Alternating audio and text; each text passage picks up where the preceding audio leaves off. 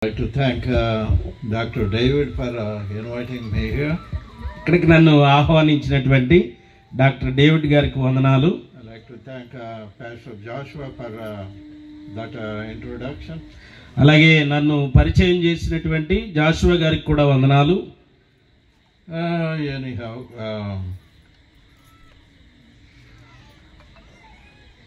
I left this country in 1970. 1917లో 1970లో ఈ భారతదేశాన్ని విడిచిపెట్టి నేను అమెరికా వెళ్ళాను. And then I came back in 1974. తర్వాత మరలా 1974లో తిరిగి వచ్చాను. Then I got married to this beautiful lady. ఆ తర్వాత ఇక్కడున్న అందమైన అమ్మగారికి వివాహం చేసుకున్నాను. But anyhow, we have 4 children. ఏదేమైనప్పటికీ దేవుడు మమ్మల్ని ఆశీర్వదించి 4 పిల్లల్ని ఇచ్చాడు. 3 boys and 1 girl. 3 మగ పిల్లలు, 1 ఆడపిల్ల. And we have 7 grandchildren. అలాగే మాకు దేవుడు 7 మనవల్ని ఇచ్చాడు. And they're all living in California. వారందరూ కూడా అమెరికా దేశంలోని కాలిఫోర్నియాలో నివసిస్తున్నారు. And 15 years ago, I woke up with 2 thoughts. అయితే నేను 15 సంవత్సరాల క్రితం 2 విషయాల గురించి ఎక్కువగా ఆలోచించాను. Number 1 is who I am. మొట్టమొదటి విషయం ఏమిటంటే నేను ఎవరిని. And who I am actually. నిజంగా వాస్తవంగా నేను ఎవరిని. I am an Indian citizen. నేను ఒక భారతీయ పౌరుణ్ణి. And also American citizen. అదే విధంగా అమెరికా పౌరుణ్ణి కూడా నేను. And the next question is what I'm doing. రెండవ ప్రశ్న నేను వేసుకున్న ప్రశ్న ఏమిటంటే నేను ఏమి చేయుచున్నాను.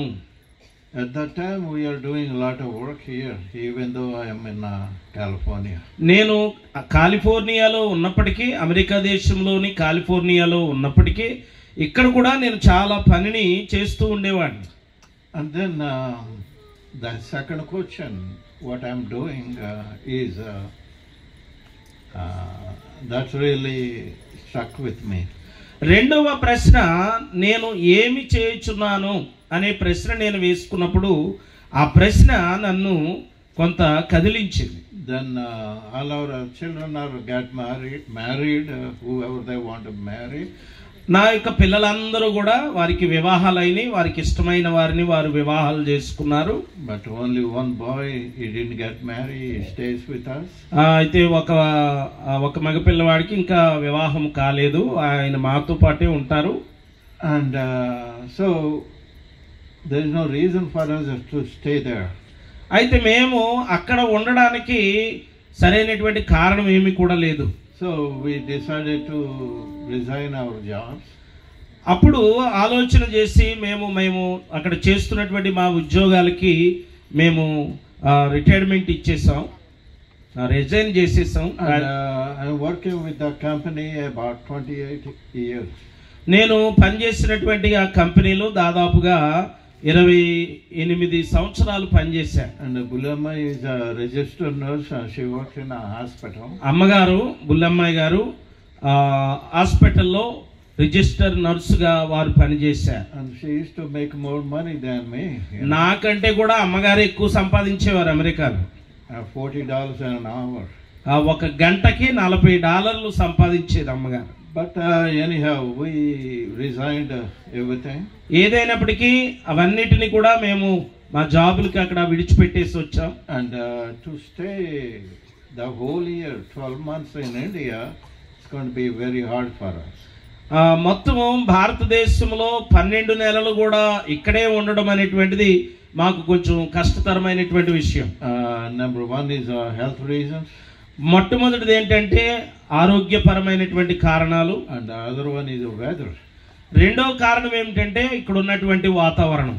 So we decided to come here when the weather is good and go back and take care of other things up there. దానిని బట్టి ఇక్కడ వాతావరణం బాగున్నటువంటి సమయంలోనేమో ఇక్కడ ఉంటాము, ఆ తర్వాత మరలా మేము అమెరికాకు వెళ్ళిపోతాం, అక్కడ కొన్ని సంగతులు అవి చూసుకుంటూ ఉంటాం. So what we decided to buy a round trip ticket, 6 months ticket, come here. and go back. ఆ విధముగా మేము 6 నెలలకు ఒకసారి రావడము మరలా వెళ్ళడానికి మేము ఆ టికెట్లని ముందుగానే బుక్ చేసుకుంటూ ఉంటాం. God willing, we are leaving on April 8th here, and we had to catch a flight to 9th morning in Hyderabad. ఆ దేవుని చిత్తం అయితే ఏప్రిల్ 8వ తారీఖున మరలా మేము ఇక్కడ నుంచి మరి బయలుదేరుతాం. 9వ తారీఖున ఏప్రిల్ 9న మరలా ఫ్లైట్ ఎక్కి మరలా అమెరికా వెళ్ళనై ఉన్నాం. And you continue pray for us. మీరందరూ కూడా మా కొరకు ప్రార్థన చేయండి. And God willing, we will come back in October. దేవుని చిత్తం అయితే మరలా మరి వచ్చే సంవత్సరంలో అక్టోబర్లో మరలా మేము తిరిగి వస్తాం. This is a long message, but we're going to make it short. అయితే ఇది నేను చెప్పబోయేటటువంటి ప్రసంగం చాలా పెద్దది, కానీ అంత పెద్దది చెప్పను, చిన్నగా చెప్తాను. We're going to talk about the real purpose of Christmas. మనము ఈ రాత్రి క్రిస్మస్ యొక్క ప్రధానమైనటువంటి నిజమైనటువంటి ఉద్దేశ్యము ఏమై ఉన్నదో చర్చిద్దాం. Let's go to Hebrews chapter 10 verses 4 to 7. Hebrew పత్రిక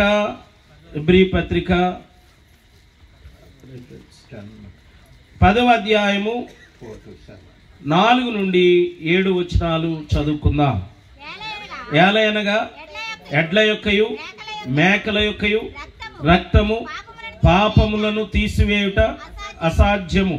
కాబట్టి ఆయన ఈ లోకమందు ప్రవేశించినప్పుడు ఇలాగు చెప్పుచున్నాడు, బలియు అర్పణయు నీవు కోరలేదు గాని నాకొక శరీరమును అమర్చితివి, పూర్ణ హోమములను పాప పరిహారార్థ బలులను నీకిష్టమైనవి కావు. అప్పుడు నేను గ్రంథపు చుట్టలో నన్ను గూర్చి వ్రాయబడిన ప్రకారము దేవా నీ చిత్తము నెరవేర్చుటకు ఇదిగో నేను వచ్చి ఉన్నానంటిని. బలులు అర్పణలు పూర్ణ హోమములు పాప పరిహారార్థ బలులను నీవు కోరలేదనియు అవి నీకిష్టమైనవి కావనియు పైన చెప్పిన తరువాత ఆయన నీ చిత్తము నెరవేర్చుటకు ఇదిగో నేను వచ్చి ఉన్నానని చెప్పుచున్నాడు. ఇవన్నీ ధర్మశాస్త్రము చొప్పున అర్పింపబడుచున్నవి. ఆ రెండవ దానిని స్థిరపరచుటకు మొదటి దానిని కొట్టివేయుచున్నాడు. చాలా. You see, the last verse she read, that is very important to understand this, the whole concept. ఇక్కడ ఉన్నటువంటి ఈ యొక్క విషయాన్ని అంతటిని మనం ఆలోచన చేసినప్పుడు చివరి వచనము చాలా ప్రాముఖ్యమైనటువంటిది. I'm just wondering, all these offerings they did, what's going to happen to those people? ఇక్కడ చెప్పబడినటువంటి వచనాల్లో వారు చాలా అర్పణలు అర్పించారు, బలి అర్పణలు అర్పించారు. అవన్నీ కూడా వారికి ఏమి చేసినవి? That's what we are discussing the other day, నిన్నటి దినాన మేమిద్దరము ఈ విషయమే చర్చించుకున్నాం. But anyhow, let's go to the Lord in a short prayer. చిన్న ప్రార్థన చేసి వాక్య భాగంలోనికి ఇంకా ముందుకు వెళదాం. God our Father, we come to you once again. తండ్రి అయిన దేవా, మరొకసారి మీ పాద సన్నిధికి వచ్చి ఉన్నాము. Talk to us tonight, Lord. ప్రభువా, ఈ రాత్రి మాతో మీరు మాట్లాడండి. And bless everyone gathered here, Lord. ఇక్కడ చేరి ఉన్నటువంటి ప్రతి ఒక్కరిని ఆశీర్వదించండి అయ్యా. Give me the words to speak. ప్రభువా, మాట్లాడుటకు మీ మాటలు మాకు అనుగ్రహించండి. We are asking all these things in the name of our Lord Jesus Christ. ఈ మనవులన్నీ మా ప్రభువును రక్షకుడైన యేసుక్రీస్తు పేరట అడుగుచున్నాము తండ్రి.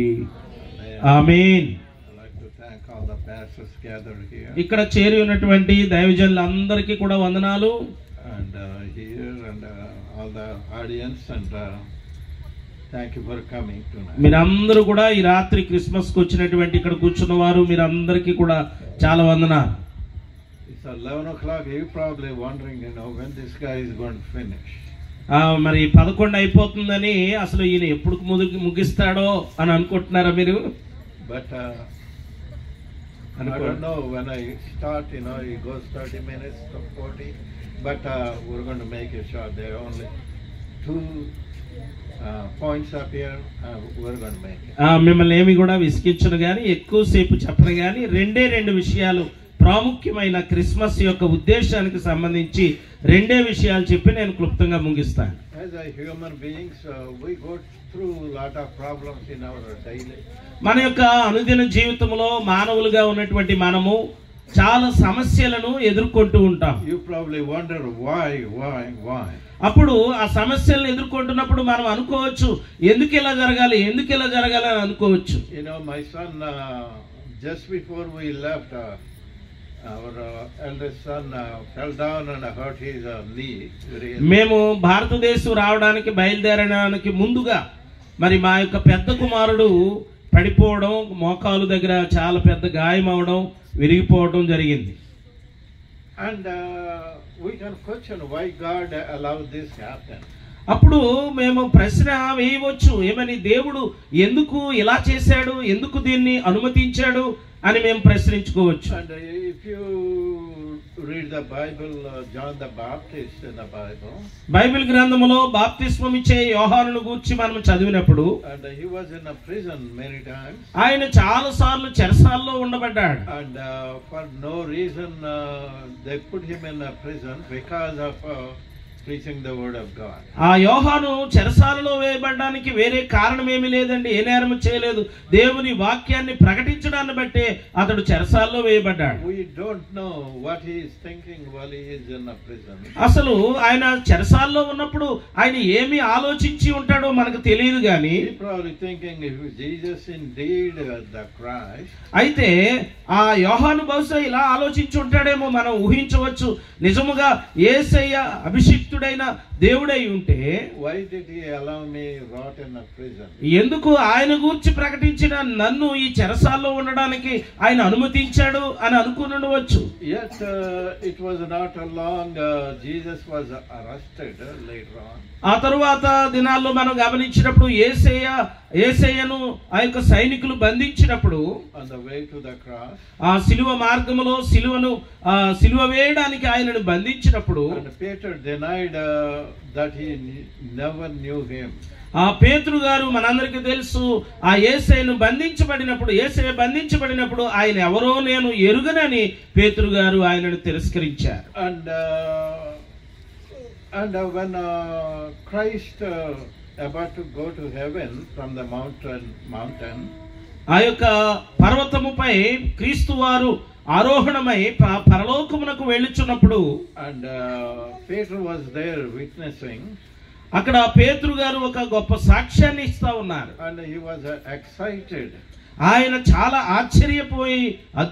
ఆశ్చర్యచకితుడయ్యాడు. and he didn't want to come down the mountain.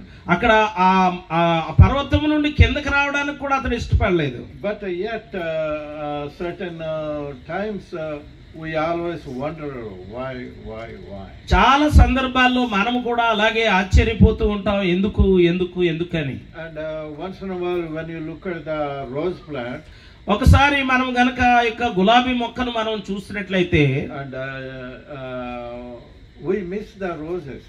చాలా సందర్భాల్లో మనం ఆ గులాబీలను చూడం, but we look at the thorns and that ఆ గులాబీకి అడుగున ఉన్నటువంటి ముళ్ళులను మనం చూస్తూ ఉంటాం. and we always enjoy the sun.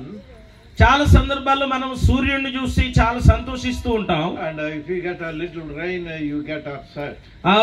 ఏదైనా కొద్దిగా వర్షం వచ్చేసరికి మనం చాలా నిరుత్సాహపడిపోతూ ఉంటాం. But we got to understand God has a plan for everybody and he got a purpose. అయితే మనము అర్థం చేసుకోవాల్సింది ఏమిటంటే, దేవునికి ఒక ప్రణాళిక ఉన్నది. ఆయన ప్రతి ఒక్కరి పట్ల ఆయనకు ఒక ప్రత్యేకమైన ఉద్దేశం ఉన్నది. You know, I travel this way at least 3 or 4 times a week. వారానికి నేను ఈ మార్గంలోనే 4-5 సార్లు తిరుగుతూ ఉంటాను. But I never knew that there is a town up here. అయితే ఇక్కడ ఒక పెద్ద పట్టణం ఉంది ఈ లోపలికి అనేది విషయం నాకు తెలియదు ఎంతవరకు. But when Brother David invited me to come here, ఇక్కడికి రమ్మని నన్ను డేవిడ్ గారు, మీ పాస్టర్ గారు ఆహ్వానించినప్పుడు, in India 2 meetings conducting is very hard. భారతదేశంలో 2 సమావేశాలు లేదా 2 మీటింగులు కండక్ట్ చేయడం చాలా కష్టం. Because The time is a factor. Nobody follows the time. ఎందుకంటే టైం అనేటువంటిది చాలా ప్రాముఖ్యమైనది, కానీ ఇక్కడ టైం ఎవరో కూడా పాటించరు. Everybody come at the same time. అందరూ కూడా అలాగే ఏదో సమయంలో వస్తూ ఉంటారు. But you came in the right time anyway. I'm not blaming anybody. అయితే నేను మిమ్మల్ని ఏమీ అంటలేదు, కానీ మీరు అందరూ కూడా రైట్ టైంకే వచ్చారని అనుకుంటున్నాను. But the question is, అయితే ప్రశ్న ఏమిటంటే, can we trust him that we have a faith in his plan? అయితే మనము ఆయన ప్రణాళిక పట్ల మనము విశ్వాసము కలిగి ఉన్నామా? Even when it does not fit our plan. అయితే మనం అనుకునే దానికి అది సరిపోకపోవచ్చు, దేవుని ప్రణాళిక వేరే ఉండవచ్చు, అప్పుడు కూడా ఆయన యందు విశ్వాసం ఉంచాలి. So let me emphatically say that we are to allow God to be God. అయితే దేవుడు దేవునిగా తన ప్రణాళికను మన పట్ల జరిగించినట్లుగా మనం ఆయనను అనుమతించాలి. And we are to follow him for who he is. ఆయన ఏమై ఉన్నాడో దానిని అనుసరించే మనము ఆయనను ఆయనగా వెంబడించాలి. Whatever he intended to do. ఆయన మనలను ఏమి చేయాలని ఆయన ఉద్దేశించాడో దానిని మనము చేయనివ్వాలి. Our scripture passage today, ఈ రోజు మనం చదువుకున్నటువంటి వాక్య భాగాన్ని మనం గమనించినప్పుడు it shows that God has a plan, as he always has a plan for every one of us. ఇక్కడ ఉన్నటువంటి వాక్యాన్ని మనం గమనించినప్పుడు ఇక్కడ ఉన్నటువంటి మనలో ప్రతి ఒక్కరి పట్ల ఆయన ఒక ప్రత్యేకమైన ప్రణాళికను కలిగి ఉన్నాడు. And he also had a plan for Jesus Christ. ఆయన ప్రభు అయినటువంటి యేసుక్రీస్తును గూర్చి కూడా ఒక ప్రణాళికను ఆయన కలిగి ఉన్నాడు. So he sent Jesus to save us. ఆయన యేసయ్యను మనలను రక్షించుటకు ఈ లోకానికి పంపించారు. So the birth of Jesus was a plan.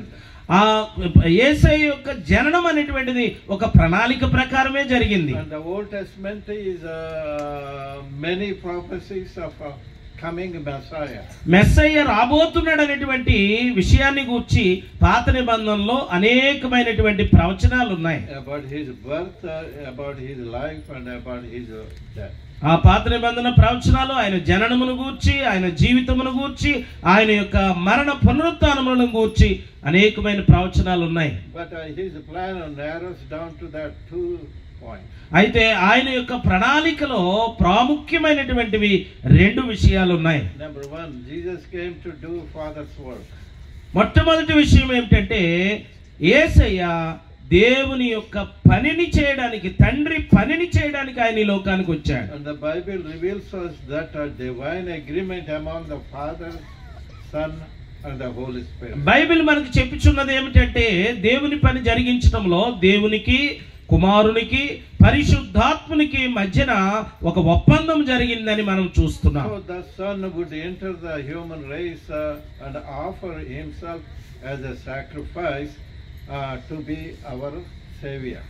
మన యొక్క రక్షకునిగా ప్రభు అయినటువంటి యేసుక్రీస్తు వారు పరలోకమును విడిచిపెట్టి శరీరధారిగా ఈ లోకానికి వచ్చి మన కొరకు ఆయన ప్రాణమును పెట్టి మనల్ని రక్షించారు. And in the mind of God, before the world was ever created, he knew that the whole system of animal sacrifice would be ineffective.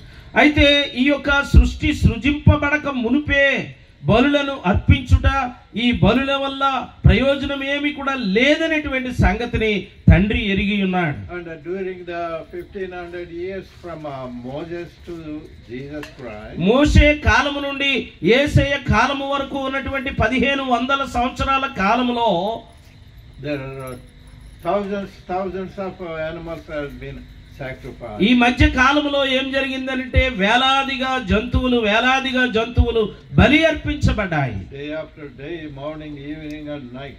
అలాగే ఉదయము, మధ్యాహ్నము, సాయంత్రము ప్రతిరోజు కూడా బలులను అర్పిస్తూ ఉండేవారు. You see, the Old Testament is just like an X-ray.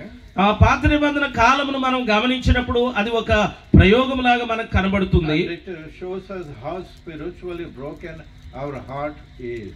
అయితే మన యొక్క హృదయము ఎంతగా ఆత్మీయముగా విరిగి ఉన్నదో ఆ విషయాలను మనకు పాత నిబంధన తెలియపరుస్తుంది. But it is powerless to fix it. అయితే మన హృదయము పగిలి ఉన్నది అనే విషయాన్ని పాత నిబంధన తెలియజేస్తుంది, కానీ దానిని సమకూర్చడం లేదా దానిని సరిచేయడానికి అక్కడ పరిష్కారం లేదు. We are trying to use a law to fix our busted heart, like are trying to use an X-ray to fix the broken bone. అయితే ఈ ధర్మశాస్త్రమును ఉపయోగించి మన యొక్క సమస్యను సరి చేసుకోవడం అనేది ఎలాగుంటదంటే ఎక్స్రేను చూసి ఆ ఎక్స్రేని ఉపయోగించి ఎముకలను అతకడం లాగా ఉంటది. So the writer of the Hebrews telling us that the animal sacrifices are unable to cure a person of their sin. అయితే ఎబ్రీ పత్రిక రాసిన రచయిత చెప్పుచున్నటువంటిది ఏమిటంటే ఒక వ్యక్తి యొక్క పాపములను బలులు అర్పణలు ఎంత మాత్రము కూడా తీసివేయలేవని తెలియపరుస్తూ ఉన్నది. But there is a cure for this problem. అయితే ఈ యొక్క సమస్యకు ఒక చికిత్స అక్కడ ఉన్నది. And if you go to the verse 5, it says, but a body you have prepared for me. అయితే ఇక్కడ చెప్పబడుతుంది 5వ వచనములో నా కొరకు నీవు ఒక శరీరమును అమర్చితివి అంటాడు. And there is a cure for sin. That a cure was Jesus coming down. అక్కడ లభించినటువంటి చికిత్స ఏమై ఉన్నదనంటే ఆ చికిత్స ఏమిటో కాదు, పాపమునకు చికిత్స ప్రభువైనటువంటి యేసుక్రీస్తు వారు ఈ లోకానికి దిగి రావడమే. ఆమేన్. God prepared his son's body especially for the purpose of sacrificing it. అయితే దేవుడు కుమారునికి శరీరాన్ని ఎందుకు అమర్చి ఉన్నాడంటే ఆ యొక్క పాప పరిహారార్థ బలిగా ఆ శరీరమును సృజించి ఉన్నాడు. Without a body, Judas cannot have betrayed him with a quick. ఒకవేళ ఆయనకు శరీరము లేకుండా ఉన్నట్లయితే యూదులు ఆయనను తిరస్కరించడం లేదా యోధ ఆయనను అప్పగించడం అనేటువంటిది జరగదు. And without a body, no soldier could have whipped him or put a purple robe on him. శరీరము లేకుండా ఉన్నట్లయితే ఏ సైనికుడు కూడా ఆయనను కొరడాలతో కొట్టడము జరిగి ఉండేది కాదు. ఆయన వస్త్రములను తీసివేసి హేళన చేసే పరిస్థితి ఉండేది కాదు. And without a body there would be no shedding of the blood. ఆ యొక్క శరీరము లేకుండా ఉన్నట్లయితే రక్తమును చిందించుట అనేటువంటిది కూడా జరిగి ఉండేది కాదు. So without a body there would be no salvation. అలాగే ఆయనకు శరీరము లేకపోయినట్లయితే రక్షణ అనేటువంటిది కూడా లేకపోయి ఉండేది. If you go to 1 Peter chapter 2 verses 24. మొదటి పేతురు పత్రిక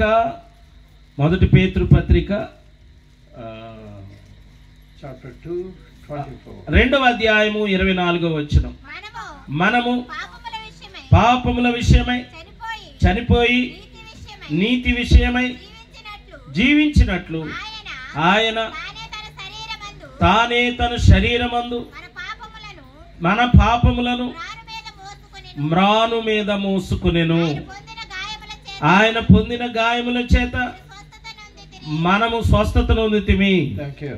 వందనాలమ్మా. So I'm telling you today, Christ's birth was a no afterthought in a God's plan, but it was a fulfillment of all the promises made throughout the Old Testament. క్రీస్తు వారి యొక్క జన్మదినం అనేటువంటిది కేవలము దేవుని ప్రణాళిక మాత్రమే కాదు, పాత నిబంధనలో ఉన్నటువంటి యొక్క బలులకు ముగింపు, దేవుని యొక్క చిత్తము నెరవేర్పు అనేటువంటి విషయాన్ని మనం గమనించాలి. At a deeper level it means that a body was prepared for him so that years later he could offer him a once for all sacrifice for sin when he died on the cross. అనేకమైనటువంటి సంవత్సరాల తరువాత మరి ఈ యొక్క బలులన్నిటికీ కూడా పరిహారముగా ఒకే బలిగా ప్రభువైనటువంటి యేసుక్రీస్తు వారు అర్పించబడడానికే దేవుడు ఆయనకు ఒక శరీరమును అమర్చాడు. Just like preparing a lamb for the sacrifice.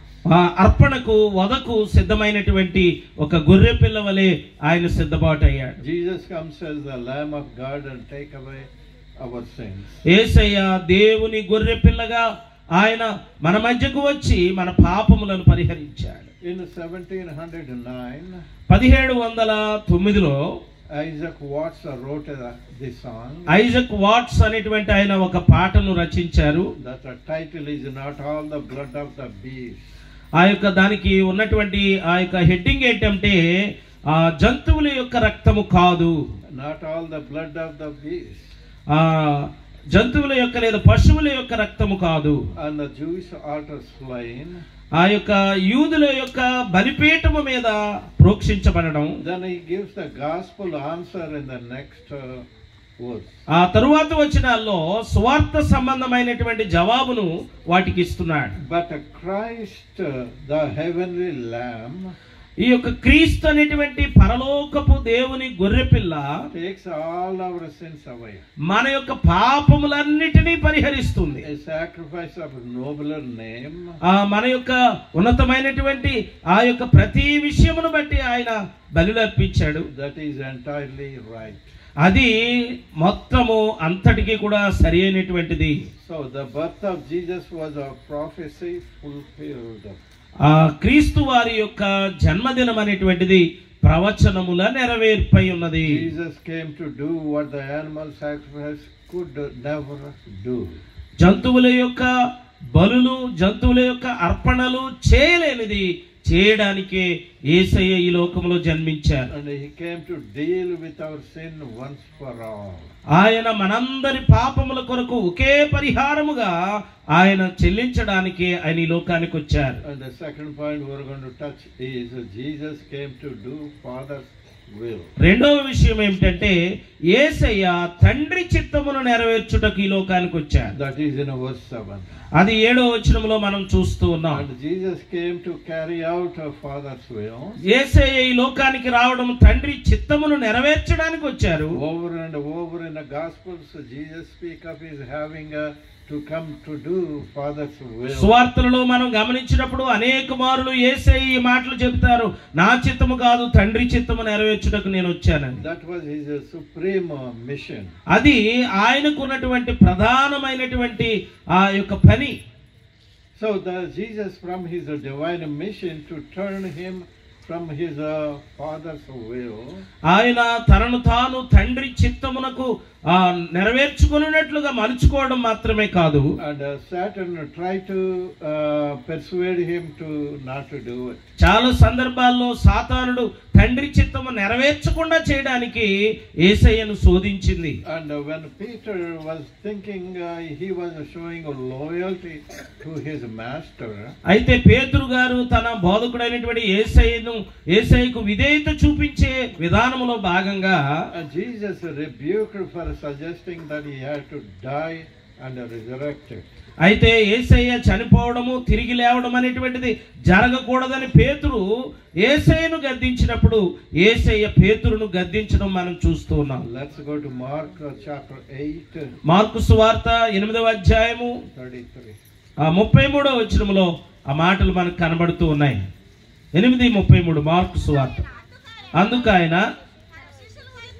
తన శిష్యుల వైపు తిరిగి వారిని చూచి, సాతానా, నా వెనుకకు పొమ్ము, నీవు మనుష్యుల సంగతులను మనస్కరించుచున్నావు, దేవుని సంగతులను మనస్కరింపకున్నావని పేతురును గద్దించెను. వందనాలమ్మా. So God has a plan and Jesus was carrying out the real purpose of Christmas. Christmas యొక్క ప్రధానమైనటువంటి ఉద్దేశం ఏమిటంటే దేవుని ప్రణాళికను నెరవేర్చుట. And the disciples know Jesus to be the Messiah. యేసు శిష్యులు తెలుసు, యేసు శిష్యులకు తెలుసు ఆయనే మెస్సయ్య అయి ఉన్నాడని. And they should have known him that the Messiah was to come and die.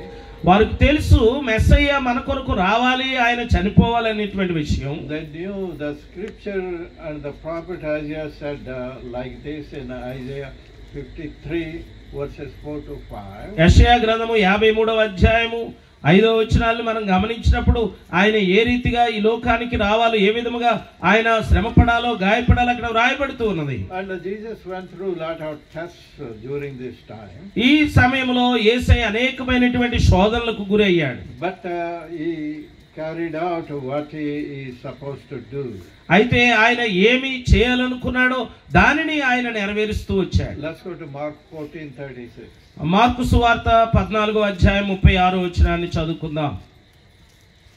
Mark సువార్త 14వ అధ్యాయము 36వ వచనం. తన యొద్ద నుండి తొలగిపోవాలని అమ్మా ఆయన తండ్రి నీకు సమస్తము సాధ్యము, ఈ గిన్నె నా యొద్ద నుండి తొలగించుము, అయినను నా ఇష్ట ప్రకారము కాదు నీ చిత్త ప్రకారమే కానిమ్ము అనెను. వందనాలు. So many people before and after Jesus Christ willingly, bravely faced death. చాలా మంది ఇష్టపూర్వకముగా లేదా బలవంతముగానైనా మరణాన్ని ఎదుర్కోవాల్సినటువంటి వారిగా ఉన్నారు అందరూ కూడా. On the cross Jesus was saying like this. సిలువలో ప్రభువు వారు ఈ విధంగా తెలియపరిచారు. Father, I know you are not satisfied with the old system. అయితే పాత నిబంధన కాలంలో ఉన్నటువంటి బలుల ద్వారా అర్పణల ద్వారా తండ్రి నీవు సంతృప్తి పరచబడలేదు. But I know you are satisfied with me and my sacrifice. నేను చేసేటటువంటి ఈ బలియాగము ద్వారా నా ద్వారా నీవు సంతృప్తి పరచబడతావు. So I'll be gladly obedient to carry out your will. అందువలనే ఆయన ఇష్టపూర్వకముగా తండ్రి చిత్తాన్ని నెరవేర్చడానికి ఆయన ముందుకు వచ్చాడు. Jesus knew his destiny will be when he born in Bethlehem. అయితే ఆయన ప్రభు అయినటువంటి యేసుక్రీస్తు వారు బెత్లెహేములో జన్మించినప్పుడే ఆయన యొక్క గమ్యం ఏమిటి అనేటువంటిది ఆయనకు తెలుసు. Jesus came to carry out the Father's will. యేసయ్య తండ్రి చిత్తమును నెరవేర్చుటకు ఈ లోకానికి వచ్చాడు. And nothing could hinder him for dying on the cross for our sins. మనందరి పాపముల కొరకే సిలువలో మరణించడానికి ఆయనను ఏది కూడా ఆటంకపరచలేదు. I don't know how many of you got saved. మీలో ఎంతమంది రక్షించబడి ఉన్నారో నాకు తెలియదు కానీ, but if you are not saved, మీరు ఇంకనూ రక్షింపబడకుండా ఉన్నట్లయితే you cannot really enjoy the meaning of Christmas. Christmas యొక్క నిజమైనటువంటి అర్థాన్ని, క్రిస్మస్ ని మీరు ఆనందించలేరు. If you want to get saved, all you have to do is ask God to forgive your sin. ఒకవేళ మీరు రక్షింపబడాలనంటే మీరు చేయవలసింది ఏమిటంటే ప్రభు అయినటువంటి యేసయ్యను పాపములను క్షమించమని అడగడమే. He is ready to accept you as his own. అలాగే ఆయనను మీ సొంత రక్షకునిగా మీరు అంగీకరిస్తే ఆయన మిమ్మల్ని సొంత వారిగా చేసుకోవడానికి సిద్ధంగా ఉన్నాడు. Let's go to the Lord in a short prayer. ప్రార్థన చేసుకుందాము. చిన్న ప్రార్థన చేసుకుని ప్రభు సన్నిధికి. Our God, our Father, we come to you once again. తండ్రి అయిన దేవా, మీ పాద సన్నిధికి మరొకసారి వస్తూ ఉన్నాము. Thank you, Lord, for speaking to us tonight. ఈ రాత్రి మాతో మాట్లాడినందుకై వందనాలయ్యా. Look at each one gathered here, Lord. ఇక్కడ చేరి ఉన్నటువంటి ప్రతి ఒక్కరితోనూ మీరు దర్శించండి. We all have some kind of need in our life. ఇక్కడ ప్రభువా ప్రతి ఒక్కరు కూడా వారి జీవితాల్లో ఏదో ఒక అవసరతను వారు కలిగి ఉన్నారు. According the will, grant those needs, Lord. ప్రభువా నీ యొక్క చిత్తమును బట్టి వారి యొక్క అవసరతలను మీరు తీర్చండి. We are praying for those who did not accept thee as their personal savior. ప్రభువా ఇక్కడ చేరి ఉన్నటువంటి వారిలో ఇంకనూ ఎవరైతే నిన్ను తమ సొంత రక్షకునిగా అంగీకరించలేదు వారి కొరకు ప్రార్థిస్తున్నాం. Compel their hearts to accept thee as their personal. ప్రభువా వారిని నాయనా నిన్ను వారి సొంత రక్షకునిగా అంగీకరించుటకు వారి హృదయములను పురికొల్పండి అయ్యా. We love you and we thank you, Lord. ప్రభువా మేము మిమ్మల్ని ప్రేమిస్తున్నాము, మీకు కృతజ్ఞతలు తెలియజేస్తున్నాము. Praying for the pastor and his family. ఇక్కడ పనిచేస్తున్న పాస్టర్ గారి కొరకు వారి కుటుంబం కొరకు ప్రార్థిస్తున్నాము. All the elders of the church. ఇక్కడ చర్చి యొక్క పెద్దలందరి కొరకు కూడా ప్రార్థన చేస్తున్నాం. Praying for all the congregation. ఇక్కడ ఉన్నటువంటి సంఘం అంతటి కొరకు ప్రార్థన చేస్తున్నాం. Fill them with the Holy Spirit. ప్రభువా వారిని పరిశుద్ధాత్మతో నింపండి. And so that they can able to reach many people. ప్రభువా వారు అనేక మందిని ప్రభువా సువార్తను ప్రకటించినట్లుగా వారిని నింపండి. We are asking tonight to bless everyone gathered here with a special blessing. ఇక్కడ ప్రభువా చేరి ఉన్న ప్రతి ఒక్కరిని కూడా ఒక ప్రత్యేకమైన ఆశీర్వాదాలతో మీరు నింపమని ప్రార్థిస్తున్నాం. Love you again. We thank you, Lord. ప్రభువా మిమ్మల్ని మేము ప్రేమిస్తున్నాం, మీ కృతజ్ఞతలు తెలియజేస్తున్నాం. We are asking all these things in the name of our Lord Jesus. ఇవన్నిటిని కూడా మా ప్రభువును రక్షకుడైన యేసుక్రీస్తు వారి పేరిట ప్రార్థిస్తున్నాము తండ్రి.